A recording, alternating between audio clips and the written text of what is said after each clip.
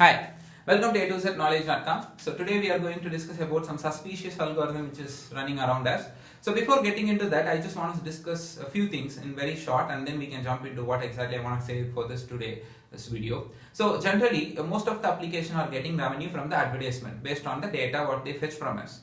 So generally, in general, very common example, but this is not a point of the video, but I just want to say this before getting into this video. So generally, if you go for some e-commerce website, and the well-known example, you search for some product and you didn't buy it, and you come for some other social media applications, you will get an ad which you have related to the product which you have searched, which is very well-known example that they do sentimental analysis to sell the product, what I searched, what I was searched in the internet. But the thing is, here, if you take the point number 1, text search. So now imagine I have not done any text search, but I just send an SMS and I've just sent a message in my chat and messenger box, whatever it is.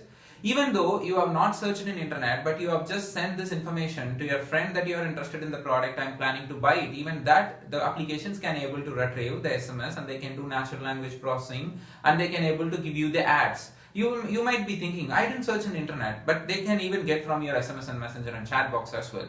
Okay, so if you see point number 3, voice search. Okay, you are just doing some voice search with Siri or Google Assist, even they can process that as well with NLP, natural language processing, and they can do.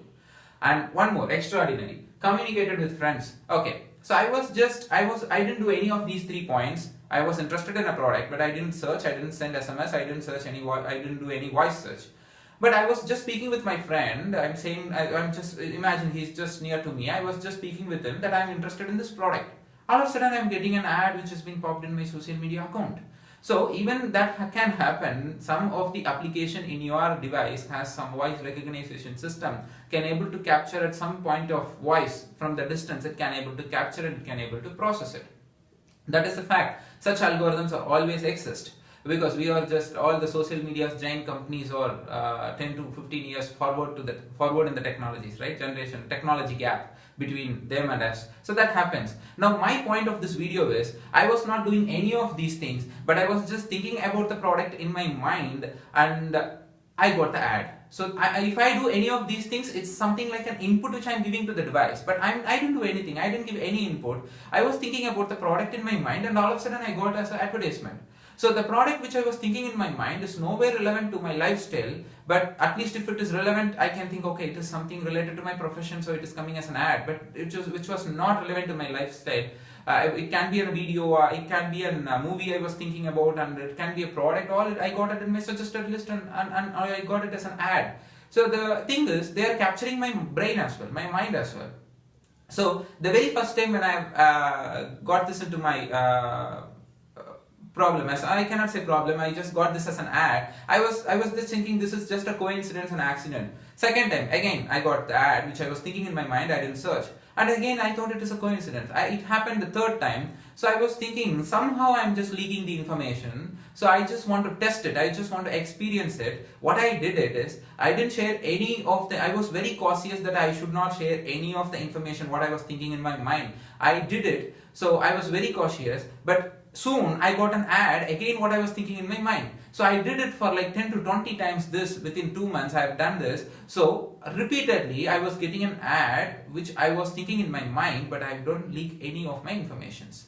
So here the thing is, I didn't even get into the shop which is relevant to it. I didn't do any actions, physical actions. I didn't do anything. I was very cautious.